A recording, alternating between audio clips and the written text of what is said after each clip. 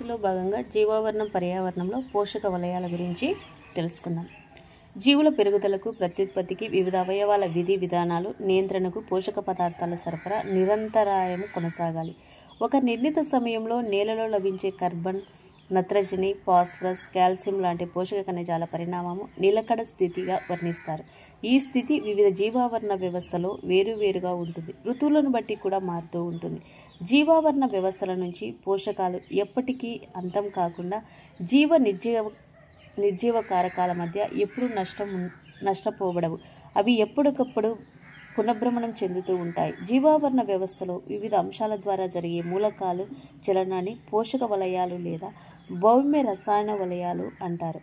అటువంటి వలయాలను జీవ భౌమ్య రసాయన వలయాలు అంటారు. బయో జీవులు, జియో అంటే శిలలు, గాలి, నీరు. పోషక వలయాలు రెండు రకాలు: వాయు, అవక్షేపం.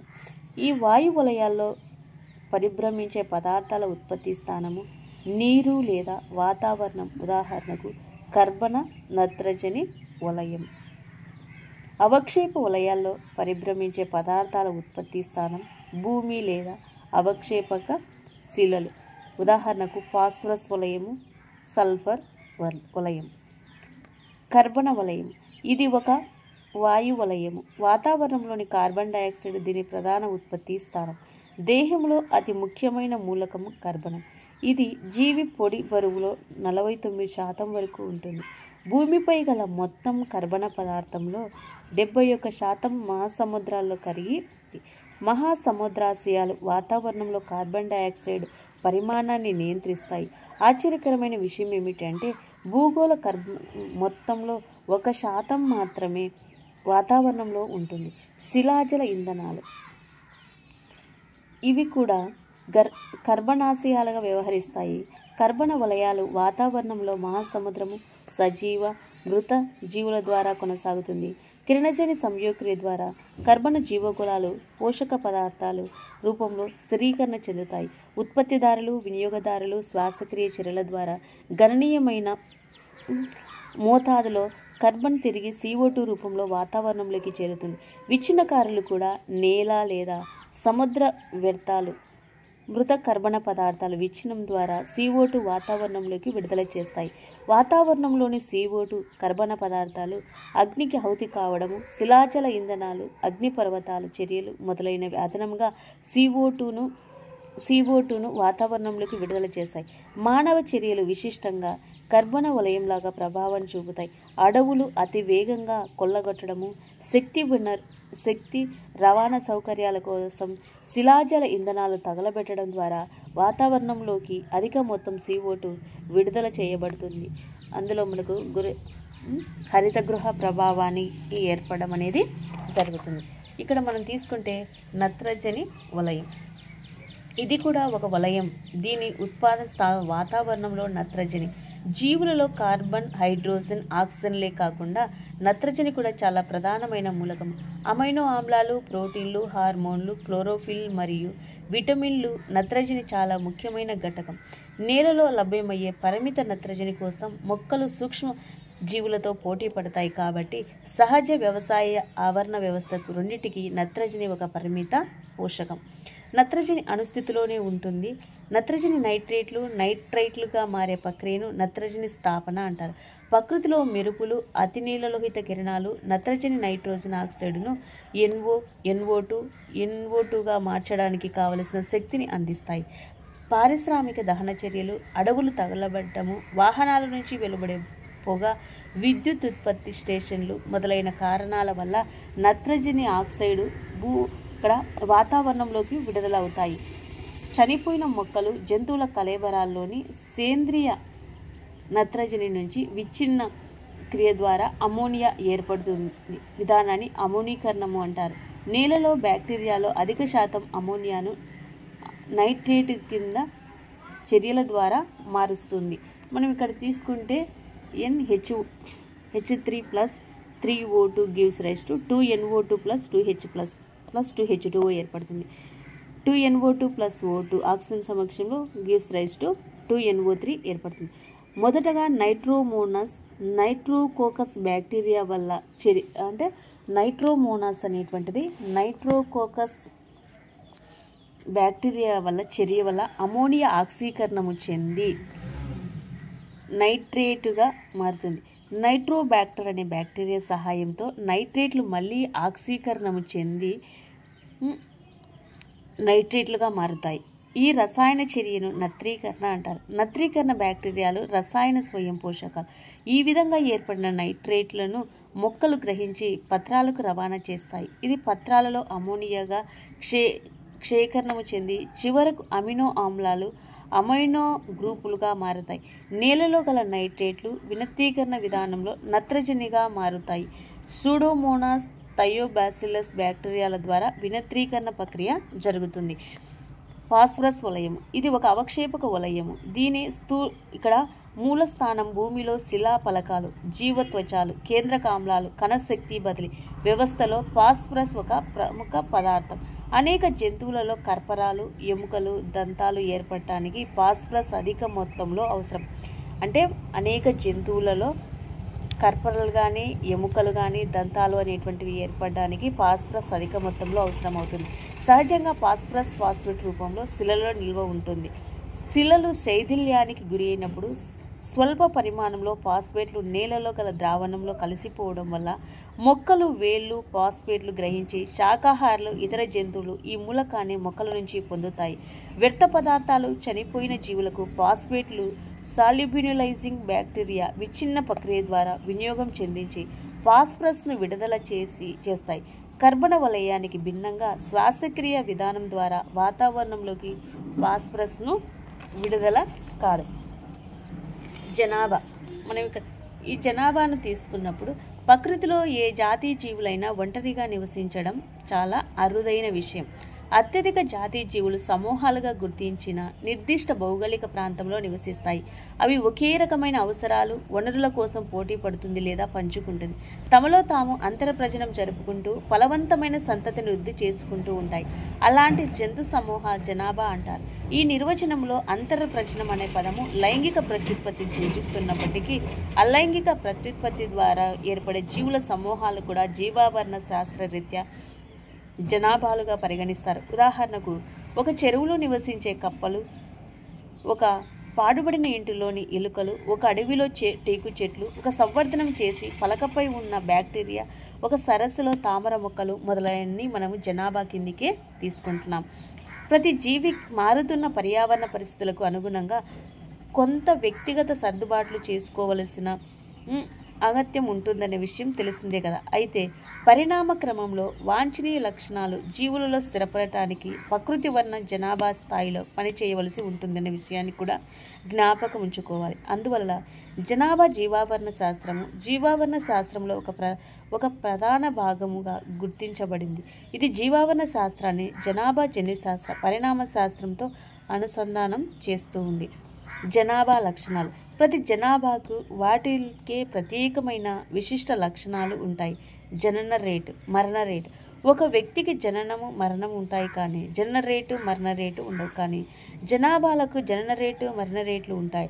నిర్దిష్టమైన వైశాల్యం గల ప్రదేశంలో నిర్దిష్ట కాలంలో జన్మించిన జీవుల సంఖ్యను జనన రేటు అంటారు. అదేవిధంగా నిర్దిష్ట వైశాల్యం గల ప్రదేశంలో నిర్దిష్ట కాలంలో మరణించిన జీవుల సంఖ్యను మరణ రేటు అంటారు.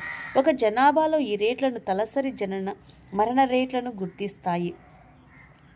ఈ రేట్లు నిర్ణీత కాలంలో జనాభాలో సభ్యుల సంఖ్యలోని మార్పు, పెరుగుదల లేదా తరుగుదలను తెలియజేస్తాయి. ఉదాహరణకు ఒక చెరువులో గత సంవత్సరం నివసిస్తున్న కప్పల సంఖ్య 20 అయితే ప్రత్యుత్పత్తి ద్వారా 8 కప్పలు వాటి జనాభాకు అదనంగా చేర్చబడింది. ప్రస్తుతం కప్పల జనాభా 28కి పెరిగింది. కప్పల జనాభా జనన రేటును లెక్కించినట్లయితే 8/20 = 0.4 సంతతి సంవత్సరానికి. ఒక ప్రయోగశాలలో 40 పండ్ల ఈగలను, జనాభాలో 4 ఈగలను ఒక వారం రోజులో మరణించాయనుకుంటే వారానికి పండ్ల ఈగల మరణ రేటు 4/40 0.1 అవుతుంది. వలస రావడం పోవడం. నిర్దిష్ట కాలంలో ఒక జనాభాలో వేరొక ప్రాంతం నుంచి లేదా వేరొక జనాభా నుంచి అదే జాతికి చెందిన జీవులు వచ్చి చేరడాన్ని వలస రావడం అంటారు. దీనివల్ల జనాభా పరిణామం పెరుగుతుంది. నిర్దిష్ట కాలంలో ఒక జనాభా నుంచి వేరొక ప్రాంతానికి లేదా వేరొక జనాభాలోనికి జీవులు వెళ్ళిపోవడాన్ని వలసపోవడం అంటారు. దీని వల్ల జనాభా పరిమాణము తగ్గుతుంది. లైంగిక నిష్పత్తి. లైంగిక నిష్పత్తిలో మనకు జనాభాకు ఉండే మరొక విశిష్ట లక్షణం లైంగిక నిష్పత్తి. వ్యక్తిగతంగా ఒక జీవి ఆడ లేదా మగ కావచ్చు, కానీ జనాభా పరంగా చూసినప్పుడు జనాభాలకు లైంగిక నిష్పత్తి ఉంటుంది. ఉదాహరణకు ఒక జనాభాలో 60% పురుషులు 40% స్త్రీజీవులు అంటే జనాభా లైంగిక నిష్పత్తి 60:40. వయో వ్యాప్తి. ఏదైనా ఒక నిర్దిష్ట సమయంలో ఒక జనాభాలో వివిధ వయసు జీవులు ఉంటాయి. వయసుల వారీగా నిర్దిష్ట వయో సమూహ జీవుల శాతం జనాభాలోని జీవుల పరిణామ పటంలో సూచించడం ఏర్పడింది. ఆకృతులను వయో పిరమిడ్లు అంటారు. మానవ జనాభాను సూచించే వయో పిరమిడ్లు సామాన్యంగా పురుష స్త్రీ జీవుల సంఖ్యను కలిపే పటాలు చూపుతారు. వయో పిరమిడ్ల ఆకృతిని ఆ జనాభా యొక్క స్థితిని, అంటే ఆ జనాభా పెరుగుదల జనాభాన, స్థిరంగా ఉన్న జనాభాన లేదా తరుగుతున్న జనాభా అనే విషయాన్ని మనకు తెలియజేస్తుంది. ఇక్కడ మనకు పెరుగుతున్న జనాభా, స్థిర జనాభా, తరుగుతున్న జనాభాను మనం ఇక్కడ ఈ వయో పిరమిడ్లలో తెలుసుకుంటాం. జనాభా పరిమాణం లేదా జనాభా సాంద్రత. జనాభా పరిమాణాన్ని మరింత శాస్త్రీయంగా చెప్పాలి అంటే జనాభా సాంద్రత అంటే ఒక ప్రమాణ వైశాల్యం, నేలపై లేదా ప్రమాణ ఘనపరిమాణం గల నీటిలో ప్రదేశంలో ఉండే జీవుల సంఖ్య. జనాభా సాంద్రత కేవలం సంఖ్యల ద్వారానే లెక్కించనవసరం లేదు. సామాన్యంగా జీవుల మొత్తం సంఖ్య జనాభా సాంద్రతను లెక్కించడానికి ఒక సరైన కొలమానం, కానీ కొన్ని సందర్భాలలో కేవలం సంఖ్య ఆధారంగా జనాభా సాంద్రతను లెక్కించడం కష్టతరం లేదా అర్ధరహితంగా కూడా ఉంటుంది. ఉదాహరణకు ఒక ప్రత్యేకమైన ప్రదేశంలో పార్థీనియా మొక్కలు, ఒక పెద్ద ఊడలను పరుచుకున్న మర్రి చెట్టు ఉన్నాయనుకోండి. జనాభా సాంద్రత విషయంలో పార్థీనియా మొక్కతో మర్రి చెట్టును పోల్చినప్పుడు సంఖ్యాపరంగా మర్రి చెట్టు జనాభా సాంద్రత విలువ చాలా తక్కువ. అలాగని అక్కడి జీవ సమాజంపై మర్రి చెట్టు చూపే ప్రభావాన్ని తక్కువ అంచనా వేయలేం కదా. అలాంటి సందర్భంలో ఆచ్ఛాద శాతం లేదా జీవ ద్రవ్యరాశి పరిమాణాన్ని లెక్కలోకి జనాభా పరిమాణాన్ని గణించడం సమంజసం. ఒక పెద్ద జనాభాలో జనాభా సాంద్రత గణనం కోసం జీవుల సంఖ్యను లెక్కించడం అనేది అంత సులువైన పని కాదు. లెక్కించడము సాధ్యపడకపోవచ్చు లేదా అత్యధిక కాలాన్ని వేచించాల్సి రావచ్చు. కొన్నిసార్లు కొన్ని జీవావరణ పరిమితుల కోసం ఖచ్చితమైన జనాభా సాంద్రత విలువలు కనుగొనవలసిన అవసరం ఉండదు. సాపేక్ష జనాభా సాంద్రత విలువలు కూడా చక్కని ఫలితాన్ని ఇస్తాయి. ఉదాహరణకు ఒకసారి వలలో చిక్కిన చేపలు సంఖ్యను లెక్కించడం ద్వారా సరస్సులో చేపల జనాభా సాంద్రత అంచనా వేయవచ్చు. సాధారణంగా జనాభా పరిమాణం లేదా సాంద్రతను మనము ఒకదాన్ని లెక్కించడం, వాటిని కళ్ళతో చూడకుండా పరోక్షంగా అంచనా వేస్తూ ఉంటాము. ఇక్కడ ఈ జనాభాలో మన జాతీయ పార్కుల్లోనూ పులులు అభయారణ్యాలను జనసాంద్రతను బట్టి, విసర్జక పదార్థాల ఆధారంగా గాను పంజా గుర్తులను బట్టి కానీ లెక్కిస్తూ ఉంటారు. ఇక్కడ జనాభా పరిమాణము ఆయా ఆవాసాల్లో నివసించే జీవులు అత్యధిక సమాచారాన్ని, ఆ జాతుల స్థాయిని తెలియజేస్తుంది. ఒక జనాభాకు సంబంధించిన జీవావరణ పరిశోధనలో జనాభా పరిమాణంలో మార్పును ఒక ముఖ్యమైన సూచికగా ఉపయోగించవచ్చు.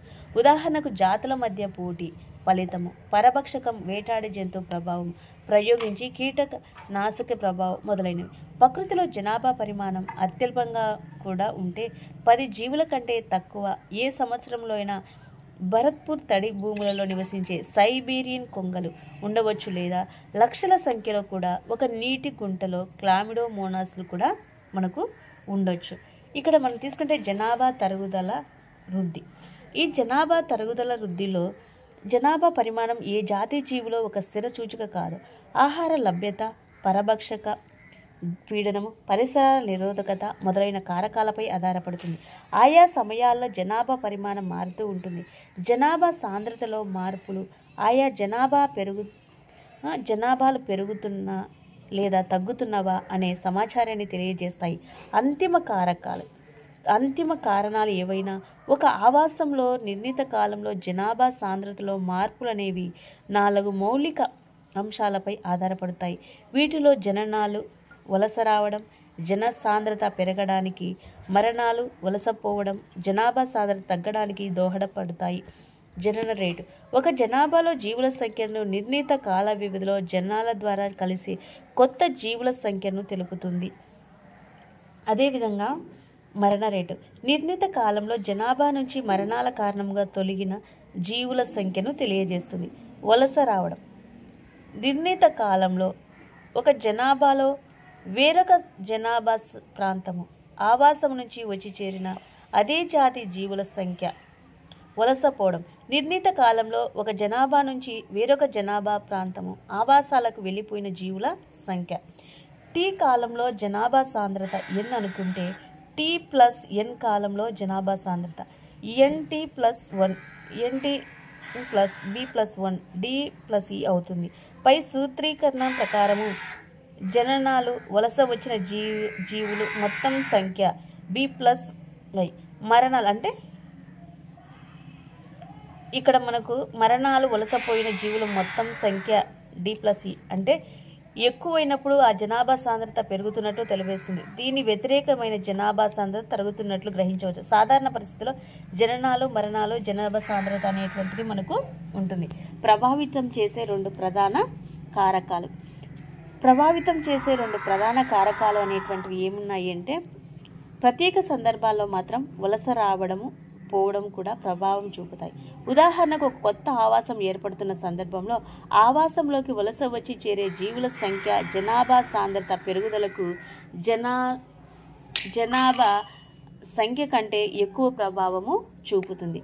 జనాభా వృద్ధి నమూనాలు కాలముతో పాటు జనాభా వృద్ధి ప్రత్యేకంగా ఊహించిన విధంగా జరుగుతుంది. నియంత్రణ లేని మానవాళ అభివృద్ధి తద్వారా కలుగుతున్న సమస్యలు మన దేశ ప్రణాళిక రూపకర్తలను కలవరపరుస్తున్న అంశాలు. అందుకనే ప్రకృతిలో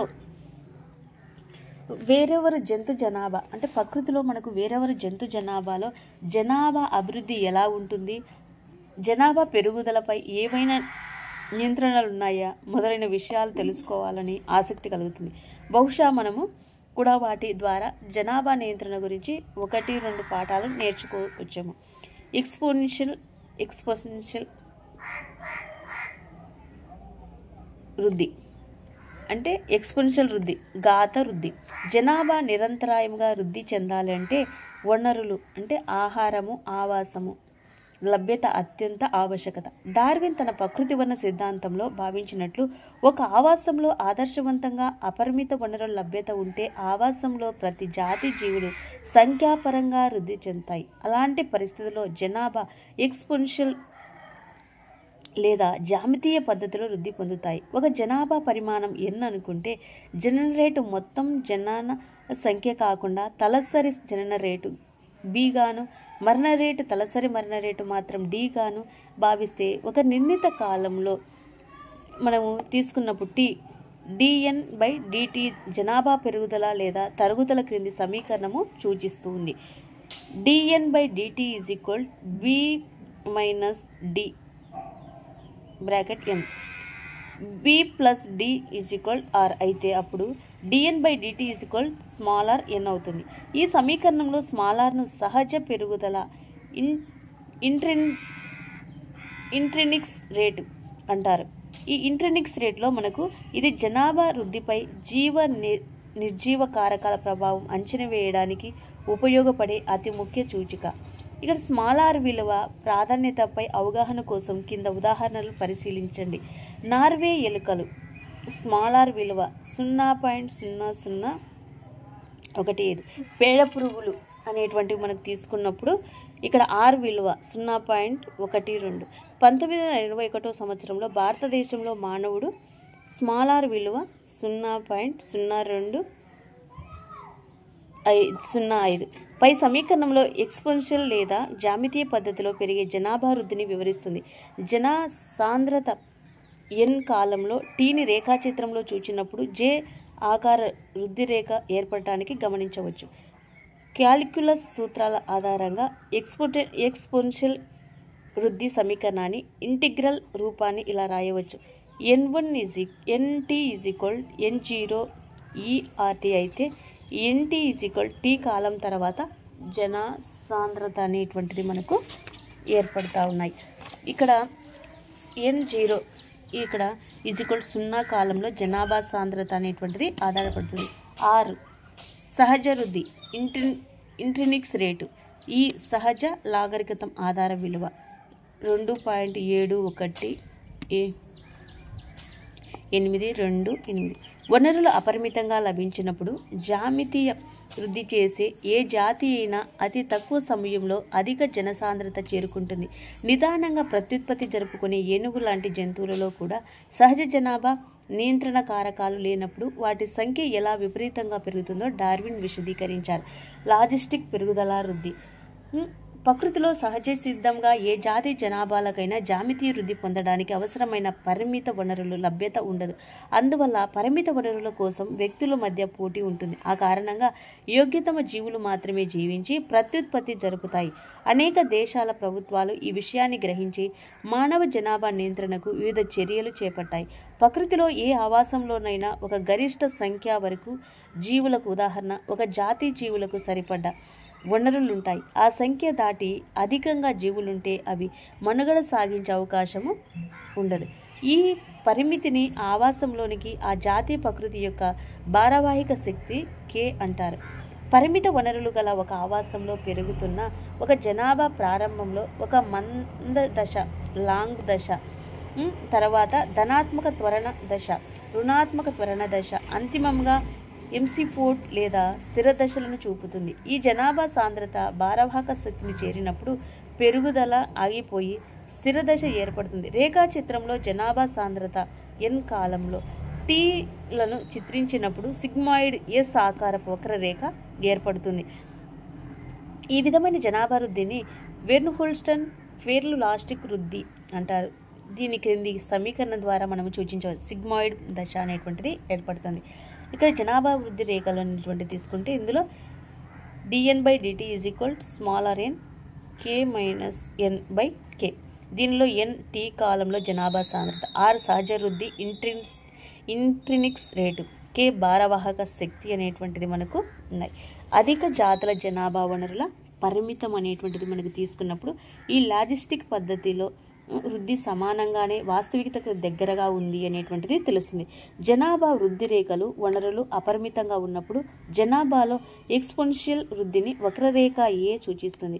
వనరుల పరిమిత కారకాలు ఉన్నప్పుడు K భారవాహన శక్తి అయితే జనాభాలో లాజిస్టిక్ వృద్ధిని వక్రరేఖ Bగా సూచిస్తుంది.